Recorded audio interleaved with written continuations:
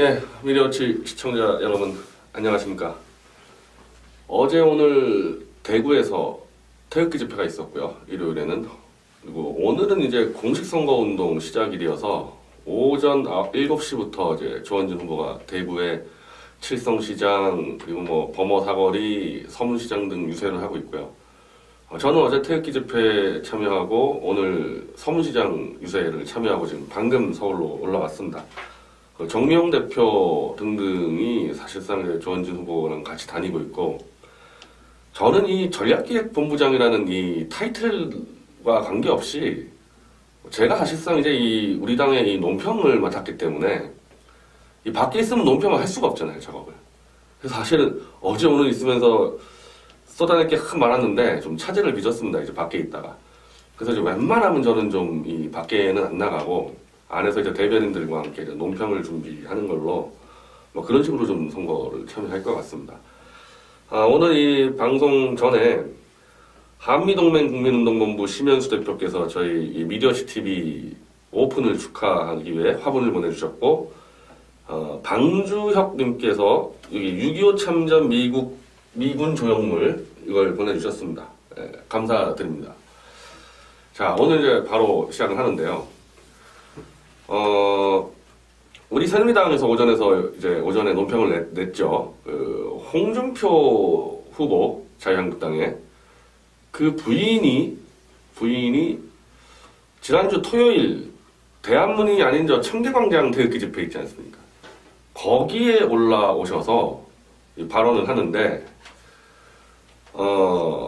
홍준표 후보가 사실은 지금 가장 이제 이 자극적으로 이제 이른바 이 태극기 부대를 자극했던 말은 박 대통령이 춘향인 줄 알았더니 향단이에 불과했다. 이 말이잖아요. 그러니까 이런 말에 대해서 왜 이렇게 이 집토끼들을 가슴 아프게 했냐. 이제 이 송만기 씨가 사회를 봤어요, 그 집회에. 그랬더니 이 홍준표 후보 부인이 다 계산된 발언이다. 이쪽 표도 얻어야 되고 저쪽 표도 얻어야 되기 때문에 다 계산된 발언이니까 이해해달라. 저는 참 홍준표 후보 부인 보니까 이제 굉장히 좀 순수한 분 같아요. 이 정치적으로 잘 계산 못하고 본인은 이제 계산했다고 주장을 하는데 제가 볼 때는 참 순수한 분 같습니다. 그게 말이 됩니까, 그게? 그런 식으로 해명을 합니까? 실제 계산을 했다 그래도 그렇게 얘기하면 안 되는 거죠. 그러면 표 좀 더 얻기 위해서 박 대통령을 향단이라고 비하하고 그렇게 끝난 게 아니지 않습니까? 4월 11일 임진각에서 이 정치의 모든 혼란은 박근혜의 실정 때문이다. 구속까지 됐고 법의 심판 받아야 된다. 이게 그냥 다 계산이란 말입니까? 표를 얻기 위해서. 국가적으로 중요한 탄핵 사건을 갖고 표를 계산을 해요.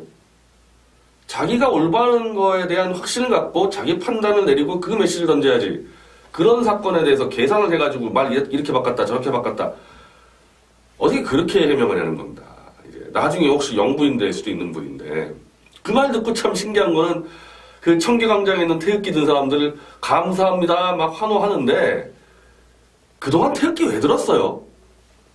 박근혜 대통령 인간적으로 비하해서 표 얻겠다는 사람 올라와서 말하는데 그거 박수치고 있으면 이분들 어떻게 한겨울에 태극기 들고 있었습니까? 난 그분들 정말 이해가 안 돼요. 일장기 들어야 될 거 잘못된 거 아닌가? 태극기로 착각을 해가지고.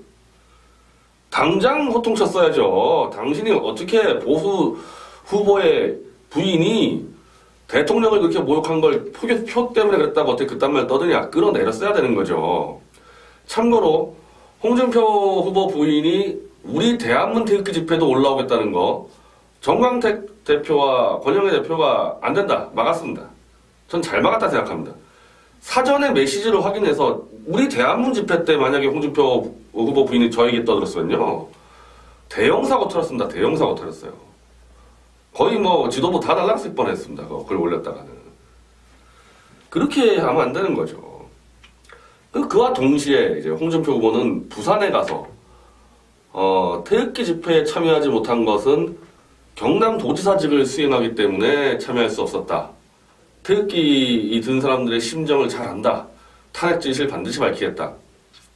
그런 정도 얘기할 때는 하나하나도 거짓말하면 안 되죠.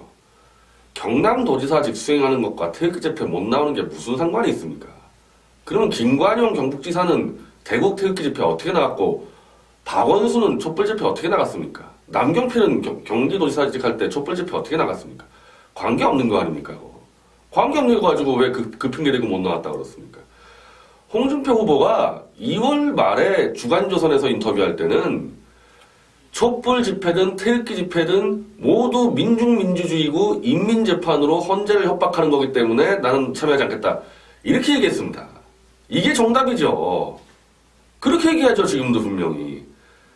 저는 거기에 대해서 물론 엄청난 반박을 할 수 있지만은 저는 그거 말도 안 된다 생각합니다. 왜냐하면 그 당시 언론이든 뭐든 뭐 포탈이든 사기 탄핵의 진실을 알려주지가 않았잖아요. 우리가 그걸 전파할 수 있는 이 공동체 공간은 태극기 집회밖에 없었거든요. 그걸 중심으로 해서 페이스북하고 뭐 트위터하고 카톡이랑 유튜브로 나간 거 아닙니까? 그 태극기 집회 없이 우리가 사기 탄핵의 진실을 어떻게 전파합니까?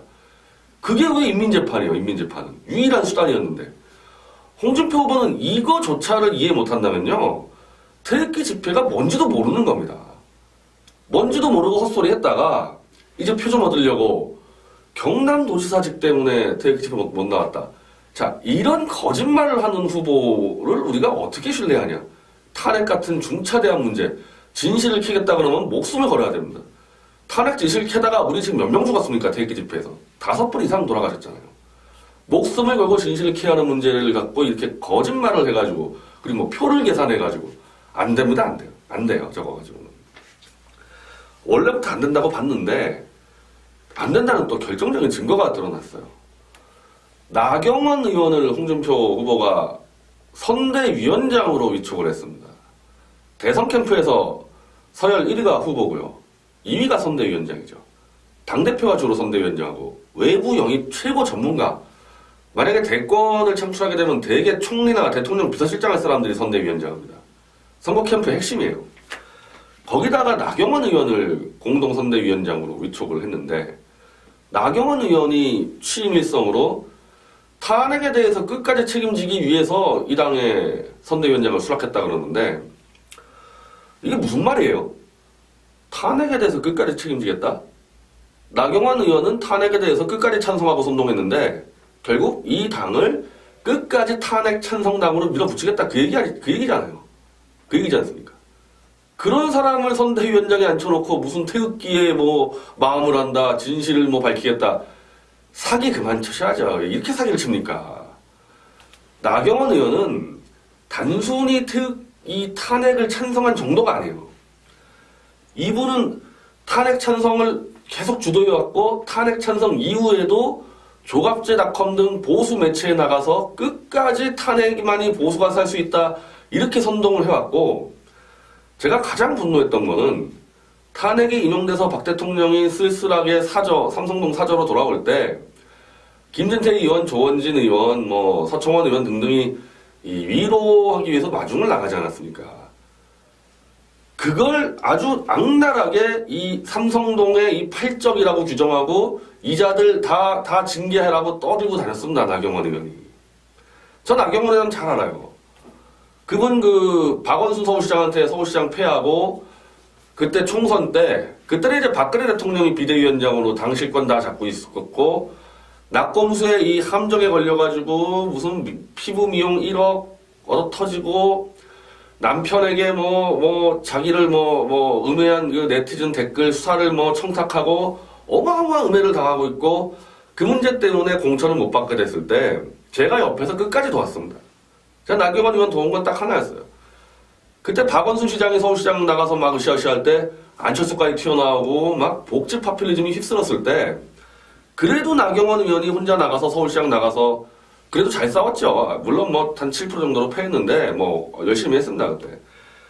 그렇게 한 사람을 당이 어렵다고 내치면 안 된다 이렇게 하면은 제가 끝까지 나경원 의원 옆에서 지키고 했습니다. 그런 걸 경험한 사람이 이미 권력도 잃고 다 잃고 사저로 돌아와서 이제 검찰에 구속되기 직전에 온 그 사람을 그래도 8명이 마중 나가서 위로해준 걸 갖고 이걸 징계하자 그럽니까 이걸 징계해서 끝까지 박 대통령을 혼자 고립시켜버리겠다? 이게 사람이 할 짓이에요 나경원 의원? 그리고 그런 짓을 한 사람을 선대위원장으로 올려놓고 계속 태극기에 마음을 한다, 태극기에 마음을 한다. 이거는 홍준표 후보도 그렇고요. 나경원 의원도 그렇고요. 둘 다 최소한 태극 전사들을 다 개돼지로 보지 않고는 저러지 못하는 겁니다. 완전 개돼지로 보고 있는 거예요, 저거는. 어차피 너희가 우리 찍지 뭐 딴 데 찍을 때 있냐? 지금 그런 생각하지 않고는 저런 짓을 할 수가 없죠. 홍준표 후보는 나경원 의원을 선대위원장에 앉히면 안 되는 거고 나경원 의원은 그걸 수락하면 안 되는 거예요. 후보가 이미 탄핵 진실을 밝히겠다고 여러 번 떠들지 않았습니까? 뭐 저는 그 말 믿지 않지만은 그렇게 떠들었는데 탄핵을 주도하고 마지막까지 대통령을 끝까지 탄핵을 인용당해서 사저로 돌아온 그 대통령까지 짓밟은 자가 그 당의 선대위원장을 수락한다? 이거 짜고 치는 고스톱도 좀 속이는 좀 노력을 하면서 해야죠. 이렇게 대놓고 개무시해도 되는 겁니까? 자, 아마 우리 당 논평에서 뭐 내일 정도 아마 나갈 것 같은데, 우리 당 논평으로. 자, 홍준표 후보. 탄핵의 진실을 밝히겠다면요. 탄핵 주범들에게 자백을 받아야죠, 먼저. 나경원 자기 선대위원장한테 당신 탄핵 그거 누구의 사주를 받아서 탄핵 시작했냐? 그리고 1월 이후 계속 조작 사기가 드러났는데도 왜 끝까지 탄핵을 번복하지 않고 끝까지 누구 사주 받아서 저렇게 밀어붙였냐? 누가 또 명령했길래 다 권력도 잃고 혼자서 돌아온 대통령을 짓밟았냐? 자백을 받으세요, 나경원 의원한테. 자기 선대위원장한테 불러가지고 자백하라고 하면 자백할 거 아닙니까? 가장 빠르게 사기 탄핵의 진실을 문을 열 수 있는 거를 하지 않고 나 대통령 시켜주면 밝히겠다? 그거야말로 사기입니다. 그거야말로 사기예요. 나경원 의원을 주리를 틀어서라도 자백을 받던지 그거조차 하지 못하면 다시는 탄핵 진실 어쩌고저쩌고 태극기구마고 운운하지 마십시오. 네, 우리 아마 공식 당선명 나오면은 거기에 대해서 한번 홍준표 후보가 답변을 해보시기 바랍니다. 감사합니다.